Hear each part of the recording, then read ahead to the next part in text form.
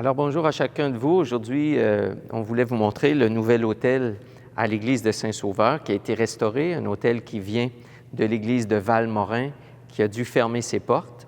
Mais c'est un bel hôtel ancestral. On le répertorie autour des années 1790 quand même.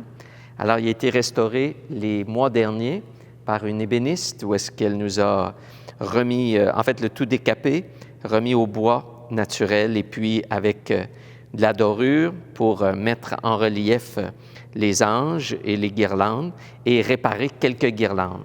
Alors, on est super content d'en faire la bénédiction le dimanche de Pâques. À l'intérieur de l'autel, il y a toujours une pierre d'autel avec une relique et je vais vous montrer comment est-ce qu'on va insérer la relique. D'abord, à l'intérieur d'un autel, on encastre toujours une pierre pour symboliser justement le Christ qui est la pierre d'angle sur laquelle on bâtit chacune de nos vies.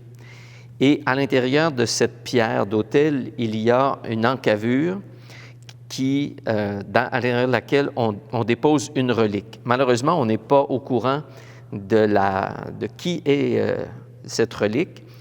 Et puis, elle est scellée et elle est donnée dans chacune des églises. Donc, cette pierre va être déposée au centre ici.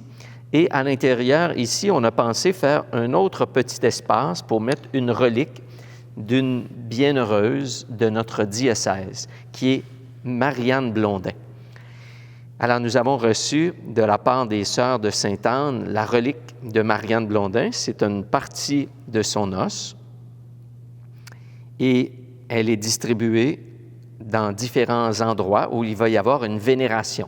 Ce qu'on appelle une relique de première classe, c'est un morceau du corps du défunt, du bienheureux ou du saint.